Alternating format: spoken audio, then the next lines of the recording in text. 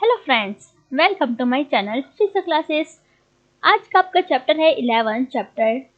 Last chapter है ये history का, जो कि क्लास 6 का है। और इस चैप्टर में आप पढ़ेंगे इमारतें, चित्र और किताबें, यानी इमारतों के बारे में, चित्रों के बारे में और कुछ बुक्स हैं उनके बारे में, जिसमें स्पेशली आपको बताया गया है लौह स्तंभ, यानी एक लोहे का स्तंभ जिसमें कभी जंग नहीं लगता और ना ही आज तक लगा है।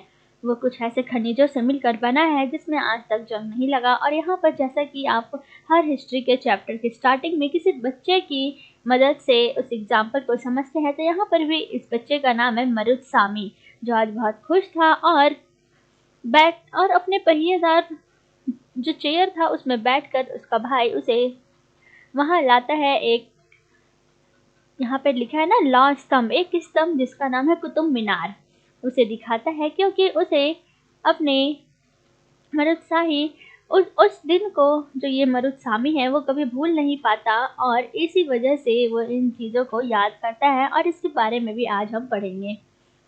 जैसे देखिए, आप पढ़ेंगे धातु विज्ञान, लेकिन धातु विज्ञान चैप्टर स्टार्ट करने से पहले, बाकी का चैप्टर स्टार्ट करने से पहले आप प्लीज़ वीडियो को लाइक, शेयर एंड सब्सक्राइब जरूर करें, ताकि आपको, अगर आप दोबारा से चैप्टर्स देखना चाहते हैं तो आपको वो नोटिफिकेशन के रूप में मिल जाए।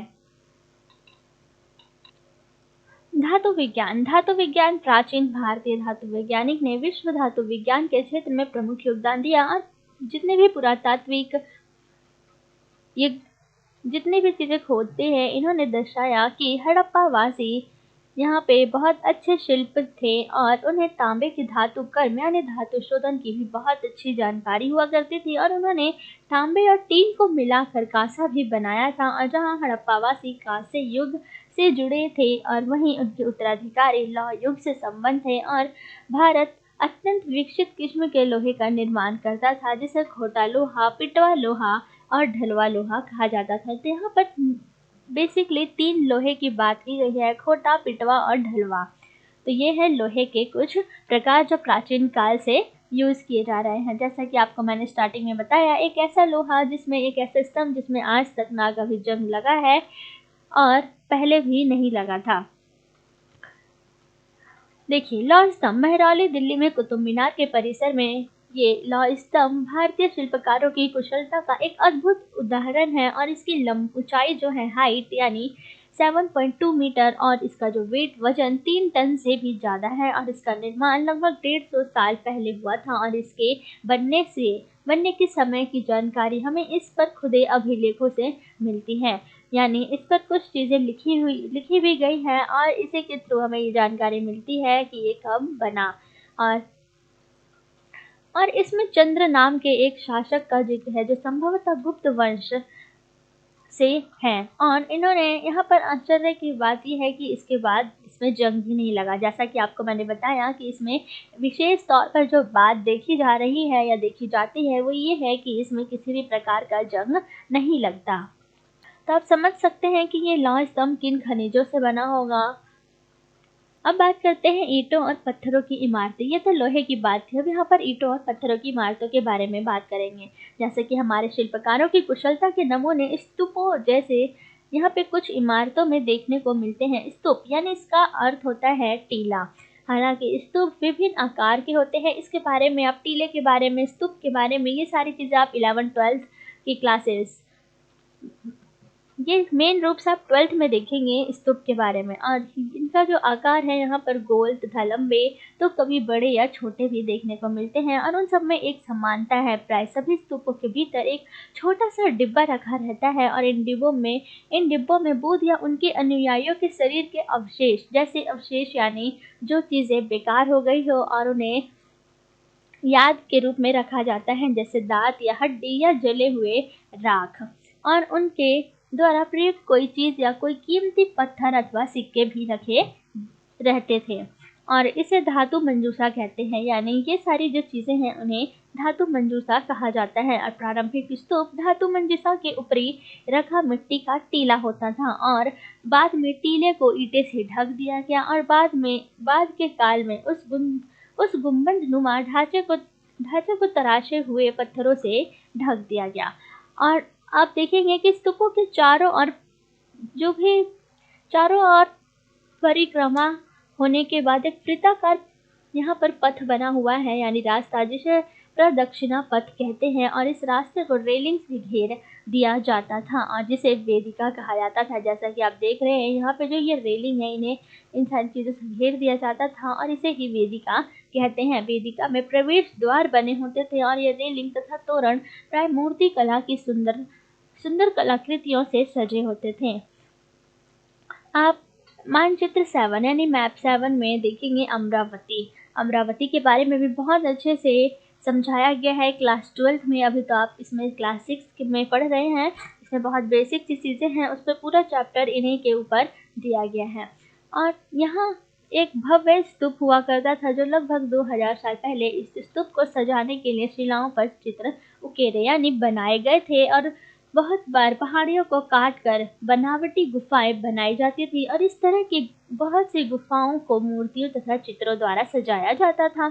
इस काल में कुछ आरंभिक हिंदू मंदिरों का भी निर्माण किया गया और इन मंदिरों में विष्णु, शिव, दुर्गा जैसे देवी देवताओं की पूजा होती थी। और मंदिरों का सबसे महत्वपूर्ण भाग गर्भगृह होता था, जहाँ मुख्य देवी या देवता की मूर्ति को रखा जाता था। और इस स्थान पर जितने भी ये धार्मिक अनुष्ठान करते थे, ये कौन करते थे? पुरोहित करते थे और भक्त पूजा यहाँ पे किया करते थे। अक्सर ये गर्भगृह को एक पवित्र स्थान के रूप में दिखाने के लिए भीतरगांव जैसे मंदिरों में उसके ऊपर काफी ऊंचाई तक निर्माण किया जाता था और जिसे शिखर कहते थे।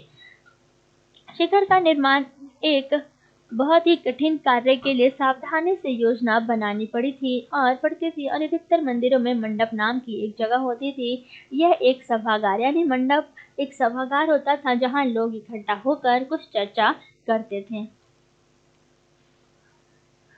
यहाँ पर देखिए उत्तर प्रदेश में भीतरगांव एक आरंभिक मंदिर की बात की गई है जो 1500 साल पहले पक्की ईंटों तथा पत्थरों से बनाया गया था। और दाईं ओर महाबलीपुरम के एकाश में मंदिर है और इनमें से प्रत्येक मंदिर एक ही विशाल पहाड़ी को तराश कर बनाया गया और इसीलिए उन्हें एकाश में यानी मोनोलिथ कहा गया। ईंटों से बनाए जाने वाले मंदिरों से यह बिल्कुल भिन्न होते थे। ईंटों से बनी इमारतों में नीचे से ईंटों की एक एक तह जोड़ते हुए ऊपर की ओर ले जाते थे। और आप देखेंगे कि इन मंदिरों को बनाने में बहुत ही ज़्यादा समस्याओं का सामना करना पड़ता था, जिसकी सूची यहाँ पर दी गई है। और ऐहोल का दुर्ग मंदिर यह लगभग 1400 साल पहले बनाया गया। ऐहोल मंदिर अगर क्वेश्चन आता है ये कब बना था? 1400 साल पहले। जैसा कि चैप्टर 7 में महाबलीपुरम ऐहोल है और इन शहरों में पत्थरों से बने उत्कृष्ट मंदिर हैं, उनमें से कुछ यहाँ दिखाए भी गए हैं। देखिए अब बात करते हैं स्तूप, जिसे टीला कहा गया, और मंदिर किस तरह बनाए जाते थे। स्तूप तथा मंदिरों को बनाने की जो प्रक्रिया थी उनमें कई अवस्थाएं होती थी और इसके लिए काफी धन का भी यानी पैसों का भी खर्चा होता था और इसीलिए आमतौर पर राजा या रानी ही इन्हें बनवाने का निश्चय लेते थे। और पहला काम अच्छे किस्म के पत्थर ढूंढकर शिलाखंडों को खोद कर निकालना होता था और फिर मंदिर या स्तूप के लिए सोच विचार कर तय किए गए स्थानों पर शिलाखंडों को पहुंचाना होता था। और यहाँ पत्थरों को छाट कर तराशने के बाद खंभों, दीवारों की चौखटों, फर्शों तथा छतों का आकार दिया जाता था और इन सबको तैयार हो जाने पर ही सभी जगहों पर उन्हें लगाना काफी मुश्किल का काम होता था। यानी इतना काम करने के बावजूद भी पत्थरों को लगाना बहुत ही टफ वर्क था। यहाँ पे देखिए बाएं, यहाँ पे जो चित्र दिखाया गया है ये जो उड़ीसा के जैन मठ है और ये पहाड़ी को खोद कर इस 2 मंजिला इमारत को बनाया गया। और कमरे के प्रवेश द्वारों को आप ध्यान से अगर देखेंगे तो इस तरह के प्रवेश द्वार बने हुए हैं। इस तरह के शानदार ढांचे का निर्माण शिल्पकारों को सारा खर्च संभव राजा या रानी ही देते थे। और इसके अतिरिक्त इन स्तूपों या मंदिरों में आने वाले भक्त जो उपहार अपने साथ लाते थे उनसे इमारत की सजावट की जाती थी। और जैसे हाथी दांत का काम करने वाले श्रमिकों के संघ ने सांचे के एक अलंकृत प्रवेश द्वार को बनाने का खर्चा दिया था। और इनके सजावट के लिए भी पैसे देने वालों में व्यापारी, कृषक, माला बनाने वाले, इत्र बनाने वाले और लोहार, सोनार इत्यादि तथा ऐसे बहुत से कई स्त्री पुरुष शामिल थे, जिनके नाम स्तंभों, रेलिंगों तथा दीवारों पर खुदे हुए थे और जिनके लिए जब तुम इन स्थानों को देखेंगे तो, यानी ये कह रहा है अगर हम इन स्थानों को देखेंगे तो हमें याद रखना चाहिए कि सारे लोगों ने इन्हें बनाने और सजाने में अपना योगदान दिया, कितना योगदान दिया और किस प्रकार दिया। अब बात करते हैं तीर्थ कला, यानी भवनों की बात हो गई, स्तूप की बात हो गई, अब तीर्थ कला। मानचित्र 7 में आपने अजंता ढूंढना है और यह वह जगह है जहाँ के पहाड़ों में सैकड़ों सालों के दौरान बहुत सी गुफाएं खोदी गई। इनमें से ज्यादातर बौद्ध भिक्षुओं के लिए बनाए गए विहार थे। इनमें से कुछ को चित्रों द्वारा सजाया गया था। यहाँ इनके कुछ उदाहरण दिए गए हैं और गुफाओं के अंदर अंधेरा होने की वजह से अधिकांश चित्र मशालों की रोशनी में बनाए गए थे और इन चित्रों के रंग 150 साल बाद भी चमकदार हैं। ये है इसकी खासियत। और ये रंग पौधों तथा खनिज से बनाए गए थे, ना कि कोई केमिकल के थ्रू बनाया गया। इन महान कृतियों को बनाने वाले जितने भी शिल्पकार कलाकार थे उनका नाम अभी पता नहीं है, यानी वे अज्ञात हैं। अब बात करते हैं पुस्तकों की खोज। इसमें एक महाकाव्य की रचना हुई जो वीर गाथाओं तथा देवताओं से जुड़ी हुई है, यानी जो आम लोग के स्त्री पुरुष होते थे उनके वीर गाथाओं तथा देवताओं से जुड़ी हुई कथाएं हैं। और ये लगभग 1800 साल पहले एक प्रसिद्ध महाकाव्य जो तमिल है वो शिल्पाधिकारम की रचना इलांगो नामक कवि ने की थी। और इसमें कोवलन नाम के एक व्यापारी की कहानी है। वह पुहार में रहता था, यानी एक का नाम है इलांगो और एक का नाम है कोवलन। कोवलन व्यापारी ईरान में रहता था, वह पुहार में रहता था और कोवलम नाम के व्यापारी की कहानी जो पुहार में रहता था और अपनी पत्नी कन्नगी की उपेक्षा कर वह एक नर्तकी माधवी से प्रेम करता था और बाद में वह और कन्नगी पुहार छोड़कर मदुरै चले गए। वहां पांडे राजा के दरबारी जौहरी ने कोवलन पर चोरी का झूठा इल्जाम लगाया और जिस पर राजा ने उसे प्राण दंड दे दिया। कन्नगी जो भी अभी भी उससे प्रेम करती थी, उस न्याय का कारण दुख और शेष रोष से भर गए। उसने मदुरै शहर जाकर विनाश कर डाला। जैसा यहाँ पर आपने देखा कन्नगो को कितना बड़ा दुख था और इन्हीं दुखों को जो यहाँ पे जो विवरण है ये शिल्पाधिकारम में दिया गया है। अब बात करते हैं एक और तमिल महाकाव्य मणिमेखलाई जो करीब 1400 साल पहले सतनार द्वारा लिखी गई थी। इसमें कोवलन तथा माधवी की बेटी की कहानी है और ये यानी मणिमेखलाई में उसकी बेटी की कहानी है। ये रचनाएं सदियों पहले ही हो गई थी। उनकी पांडुलिपियां दोबारा लगभग 100 साल पहले मिले और अन्य लेखक जैसे कालिदास जिनके बारे में आप चैप्टर 10 में आपने पिछले वीडियोस में पढ़ा होगा और जो संस्कृत में लिखते हैं। देखिए एक मेघदूत द्वारा लिखी गई श्लोक है, फिर जितनी भी पुरानी कहानियों का संकलन तथा संरक्षण।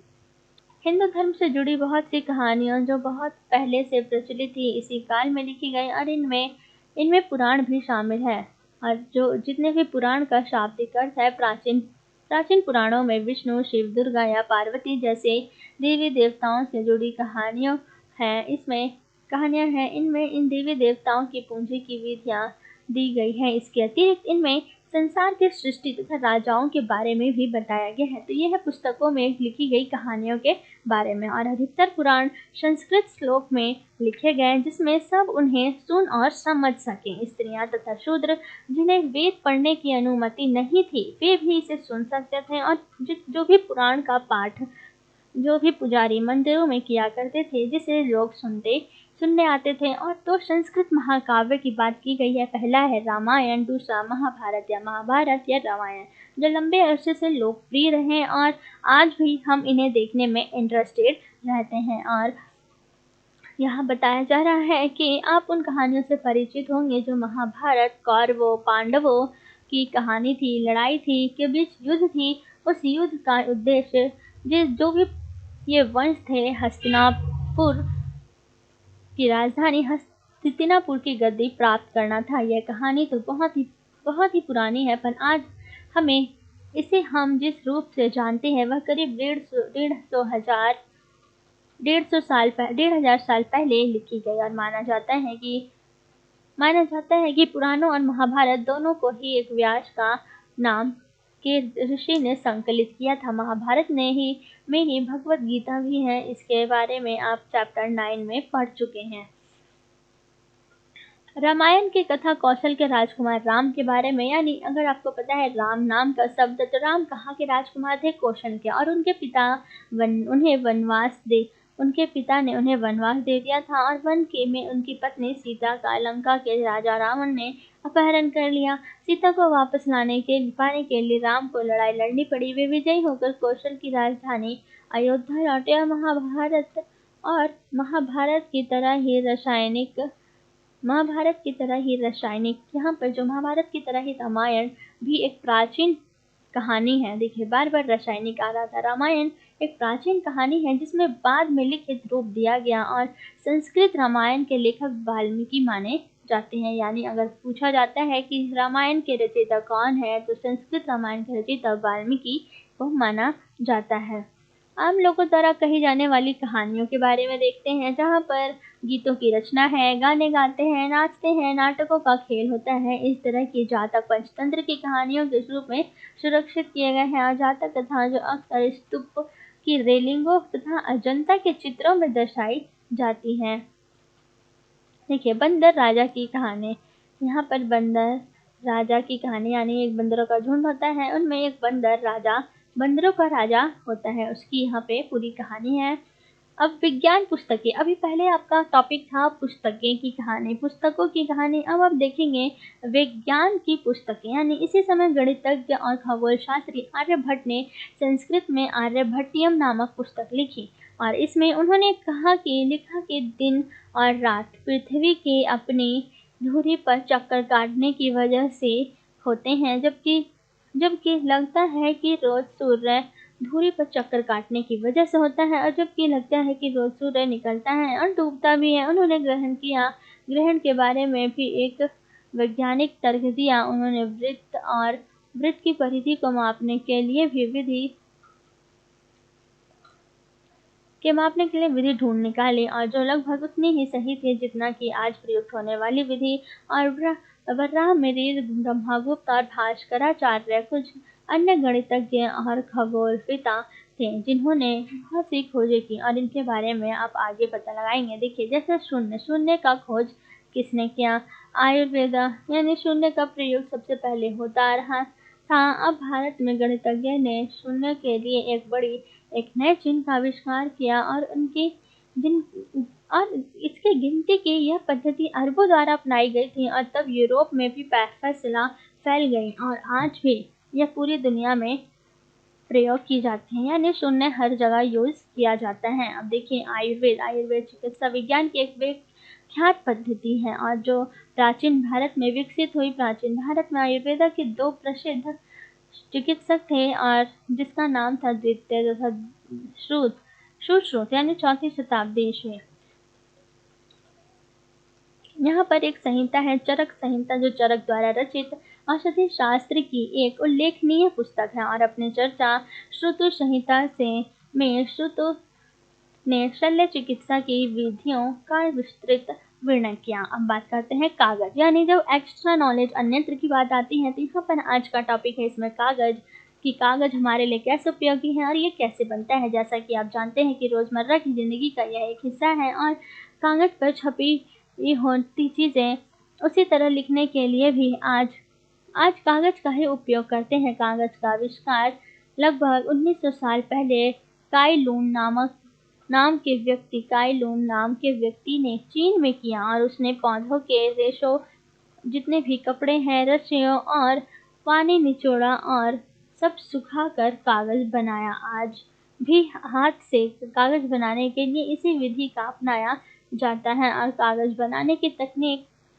को सदियों तक अंदर गुप्त रखा गया, और करीब इसी वजह 1400 साल पहले यह भी यहाँ पहुँच गई। कहाँ?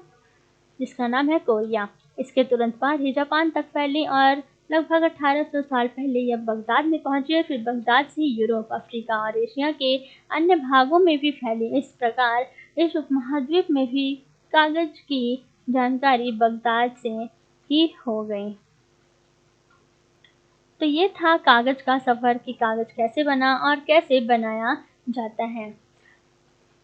तो ये है आपका पूरा चैप्टर। आज हिस्ट्री क्लास 6 का लास्ट चैप्टर है 11th। ये हुआ आपका चैप्टर कंप्लीट। एकेडमिक क्लासेस की हिस्ट्री ख़त्म हो गई है। अब हम अगले वीडियो में मिलेंगे क्लास 7th की हिस्ट्री के साथ। तो तब तक thanks for watching this video and stay safe, stay happy and don't forget to like and share and subscribe this video.